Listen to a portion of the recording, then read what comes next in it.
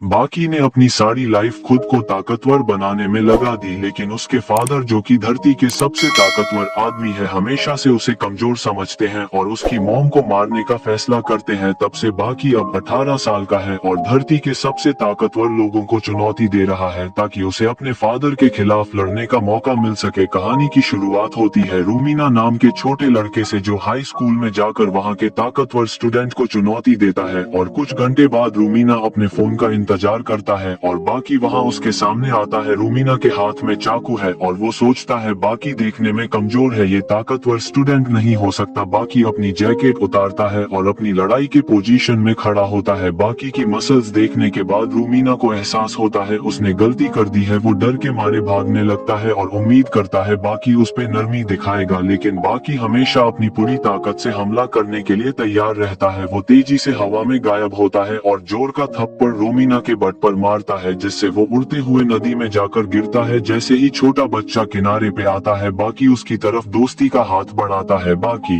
Notice करता है इसके दोस्तों ने इस बच्चे को लड़ने के लिए बोला था। वो उससे कहता है कि वो लड़कों से 10 गुना ज्यादा ताकतवर है। तभी उनके पीछे एक फौजी दिखाई देता है जो कि बाकी को कहता है उसके फादर जो दुनिया के सबसे ताकतवर आदमी है उन्होंने उसकी चुनौती स्वीकार कर ली है। अब उसे फौजी के जाने के तुरंत बाद ही बाकी अपनी ट्रेनिंग शुरू कर देता है और हवा में पंच करने लगता है। रूमीना को एहसास होता है कि वो शैडो बॉक्सिंग कर रहा है। ये एक ट्रेनिंग टेक्निक है जिसमें बाकी अपने दुश्मन की कल्पना करता है और अपनी कल्पना के अनुसार लड़ाई करता है। रूमीना बाकी के मोमेंट्स को देखता है और उसे उसका दुश्मन दिखाई देने लगता है जो कि पहले कभी ना हारा हुआ बॉक्सिंग चैंपियन आयरन माइकल है। और इससे भी ज्यादा चौंकाने वाली बात यह है कि इल्यूजन से वह मार भी खा रहा है जिस कारण उसकी पूरी बॉडी में चोट लगने लगती है। बाकी की नाक से खून बहने लगता है और वो इस लड़ाई को खत्म करने का फैसला करता है। वो आगे बढ़ता है और अपनी एक किक से उसे एक ही बार में खत्म करता है। बाकी उस बच्चे को अपने साथ घर ले जाता है। रूमीना उससे पूछता है वो अपने फादर से कैसे लड़ेगा, वो सारी दुनिया के सबसे ताकतवर इंसान है। बाकी उसे बताता है कि उसके बेसमेंट में एक ताकतवर अपोनेंट है, ऐसा अपोनेंट जो कि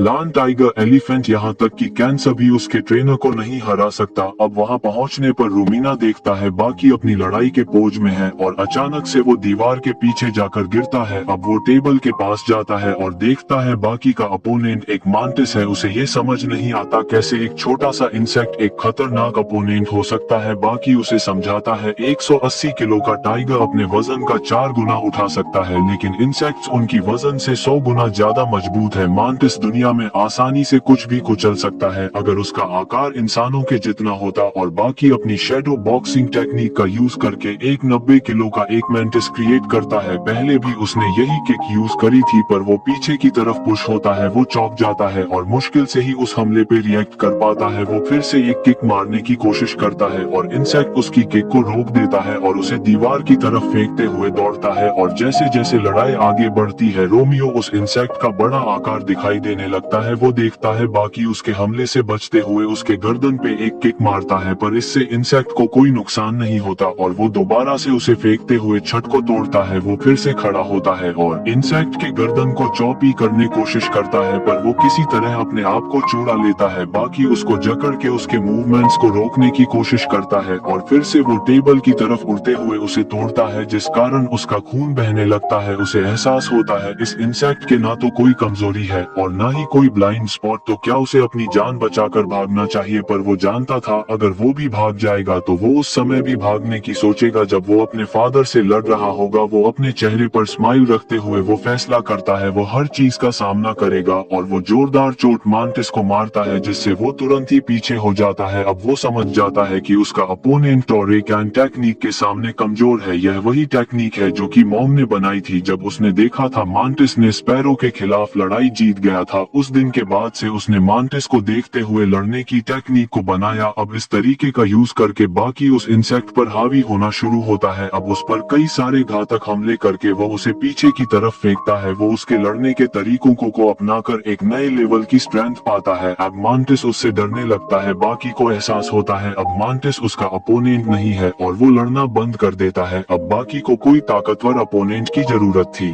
ताकि वो ट्रेन हो सके अपने फादर के खिलाफ। इसलिए वो अमेरिका जाके प्रेसिडेंट को किडनैप करता है ताकि उसको जेल भेजा जाए जहां से सबसे ताकतवर क्रिमिनल्स मिले। अब अरेस्ट होने के बाद बाकी को एरिजोना स्टेट की जेल में भेजा भेजा जाता है जो जेल के डायरेक्टर से मिलकर वहाँ के सबसे ताकतवर आदमी अनचेंड से मिलवाने को कहता है। डायरेक्टर उसकी बात मानता है और बाकी उससे मिलने जेल की तरफ जाता है। वो नोटिस करता है हर तरफ टाइट सिक्योरिटी है। अब वो अनचेंड के सेल में पहुंचता है पर वो चौंक जाता है ये देखकर कि उसका कमरा 5 स्टार होटल जिसे चुनौती देता है। वो कहता है अगले हफ्ते वो दूसरे सबसे ताकतवर इंसान से लड़ने वाला है और अगर वो उससे लड़ना चाहता है तो दूसरा सबसे ताकतवर फाइटर बनना होगा। बाकी उसकी बातों को बिल्कुल अनसुना करके एक पंच उसके मुंह पर मारता है लेकिन अनचेंड बिल्कुल भी नहीं हिलता। अब उसे उसके सेल में ले जाया जाता है जहां वो असली के आयरन माइकल से मिलता है। आयरन उसे बताता है कि वो जेल के टॉप 10 में भी नहीं आता है और खुलासा करता है वो रैंक के लिए लड़ाई इसलिए नहीं करता क्योंकि सब यहाँ पे इतने ताकतवर है कि वो अपनी जान ना गवा दे। अब अगली सुबह वो नंबर 2 से मिलता है जून गवेरू जिसको जेल के गार्ड से स्पेशल ट्रीटमेंट मिल रहा था। वो उसकी हर हरकत को नजरअंदाज कर रहे थे और उसे दूसरे कैदियों से अलग नाश्ता मिल रहा था। अब एक आदमी जून को चैलेंज करता है। वो दोनों लड़ाई के लिए जिम में जाते हैं लेकिन जून तुरंत ही उसे सुमो में हरा देता है जो कि अपोनेंट की खासियत थी। इसके बाद बाकी जून से बात करने जाता है लेकिन गार्ड्स उसे रोकता है और उस पर डंडे से वार करता है। उसके बाद उसे अकेले काल कोठरी में बंद किया जाता है। अब एक बूढ़ा कैदी बाकी के लिए चुपके से खाना लेकर आता है क्योंकि उसके दोनों अंगूठे पीठ के पीछे हथकड़ी से बंधे थे। अब वो उसे खाना खिलाता है और जून के पस्त के बारे में बताता है जिसे बाकी को पता चलता है कि वो भी अनचेंड से लड़ना चाहता है। तभी वहाँ गार्ड अचानक से अंदर आता है। वो बूढ़े आदमी को बाकी से बात करने के लिए मारता है। बाकी उसे धमकाता है। अब गार्ड बाकी को मारने की कोशिश करता है पर वो उसे एक जोर की किक मारते हुए दूर फेंकता है और कहता है उसके हाथ बंधे होने का ये मतलब नहीं है कि वो लड़ नहीं सकता। वो अपनी हड्डियों को डिसलोकेट करता है और गार्ड को बुरी तरह मारता है। वो गार्ड को ऊपर से धक्का देता है पर वो उसे बचा लेता है और अपने पुराने सेल में वापस आने के बाद बाकी जुन से कहता है वो उससे लड़ना चाहता है। तभी उस समय अनचेन दरवाजा तोड़कर अंदर आता है। अनचेन अपना लड़ने का कारण जुन को बताता है और कहता है उसके पास एडवांटेज है क्योंकि वो अपनी गर्लफ्रेंड के लिए लड़ रहा है। बाकी उनके बातचीत को रोकते हुए उनको कॉलर से पकड़ लेता है पर वो दोनों मिलकर एक जोरदार हमला उस पे करते हैं और वो दूर जाके गिरता है। अब अनचेन कहता है ये रुमाल उसकी गर्लफ्रेंड ने दिया है और उसको बच्चों की तरह हरकत करता है लेकिन जुन उसके रुमाल पर थूकता है। अनचेन लड़कियों की तरह चलते हुए वहाँ से चला जाता है। अब लड़ाई के दिन ग्राउंड में कोई सिक्योरिटी नहीं होती। तभी सब देखते हैं अनचेन अपनी पीठ पर बैट उठा के आ रहा है जिसमें उसकी लवर मारिया है और उसकी खूबसूरती शब्दों में बयां नहीं की जा सकती है। अब वो फैसला करते हैं उनकी लड़ाई एक गेम के जैसे होगी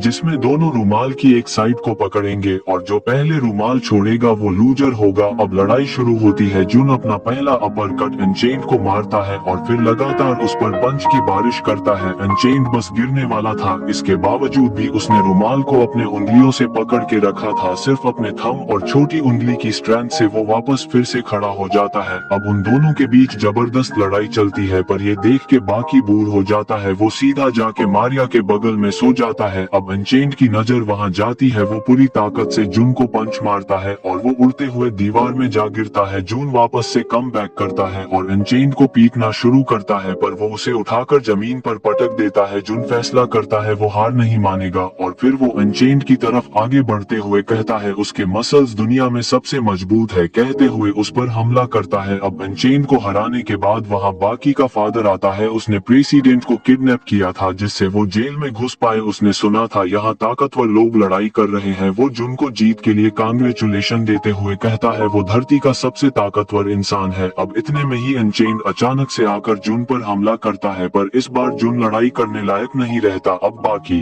जेल से भागने का फैसला करता है लेकिन डायरेक्टर और सारे गार्ड्स गन के साथ उसे घेर लेते हैं। वो डायरेक्टर का चश्मा और गार्ड्स के बटन पहले ही तोड़ देता है और वो ये नोटिस नहीं कर पाते क्योंकि उनकी आंखें बाकी की स्पीड से मैच नहीं कर सकती। वो डायरेक्टर से कहता है कि वो यहाँ से नहीं भागेगा। वो बस स्ट्रॉन्गेस्ट फाइटर को दिखाना चाहता था। वो उसकी तरह ही है और बाकी को वापस से काल कोठरी में अकेला बंद कर दिया जाता है। आखिरकार अनचेन बाकी से लड़ने के लिए आता है। वो बाकी को जोरदार हिट करता है जिससे वो दीवार को तोड़ते हुए दूसरे सेल जा पहुंचता है। बाकी अपने शोल्डर को डिसलोकेट करता है और हथकड़ी को तोड़ डालता है। अब असली लड़ाई शुरू होती है। बाकी उसे पंच मारता है लेकिन अनचेन को कुछ नहीं होता। वो उसका हाथ पकड़ के उसे हल्क की तरह धोता है। अनचेन बाकी को पंच मारता है जिससे वो दरवाजे को तोड़ते हुए ऊंचाई से सीधा ग्राउंड फ्लोर में जाके गिरता है। अनचेन अब नीचे जंप करके आता है। बाकी उसे किक करने की कोशिश करता है पर वो उसका पैर पैर पकड़ लेता है, लेकिन बाकी दूसरे पैर से लगातार इसको किक मारता है जब तक वो उसे मार के दूर नहीं फेंक देता, और जमीन में पड़े बाकी को वैसा ही महसूस होता है जैसा उसे अपने फादर से लड़ते समय महसूस हुआ था। अब बाकी वापस फिर से खड़ा होता है और उसकी मसल्स इस बार इतनी हार्ड थी कि लोगों को उसकी पीठ में डेविल का चेहरा दिखाई दे रहा था। अब अनचेन्ड उस पर अटैक करने की कोशिश करता है, लेकिन बाकी इतना फास्ट था कि वो उसे नीचे ढेर कर देता है। अब गार्ड्स वहाँ पे रिप्ले देखते हैं कि बाकी ने 0.1 सेकंड में ही उसे हिट करके नीचे गिराया। अनचेन्ड अचानक खड़ा होता है और एक बॉल के शेप में श्रिंक हो जाता है। बाकी उस पे अटैक करता है पर अनचेन्ड उसे निगल कर बाहर फेंकता है, पर बाकी इस बार कमजोर हालत में था। वो बाकी को हार मानने के लिए कहता है, पर बाकी वापस खड़ा होकर उसकी नाक तोड़ते हुए कहता है कि वो उसका इस्तेमाल अपने फादर से लड़ने की प्रैक्टिस के लिए कर रहा है। दोनों एक दूसरे पे एक साथ पंच मारते हैं और यहाँ लगातार पंच चले ही जा रहे थे। बाकी के कई सारे दांत टूटते हैं, पर वो अपने सर से जोरदार हमला उस पर अपना आखिरी मैसिव पंच मारता है। बाकी बुरी हालत में ऊपर देखता है, उसके सामने कोई नहीं था। अनचेन्ड पहले ही नॉकआउट हो रखा था उसका आखिरी पंच खाने से पहले, और अगले दिन बाकी को जेल से रहा कर दिया जाता है और वो अपने फादर से मुकाबला करने के लिए तैयार है।